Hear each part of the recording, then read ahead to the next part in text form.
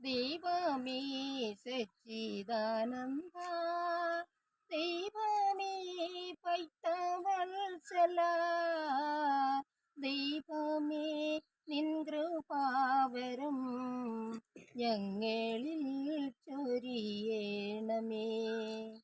വിദ്യയും നൽവിവേകവുമുള്ള മക്കളായി വളർന്നിടുവാൻ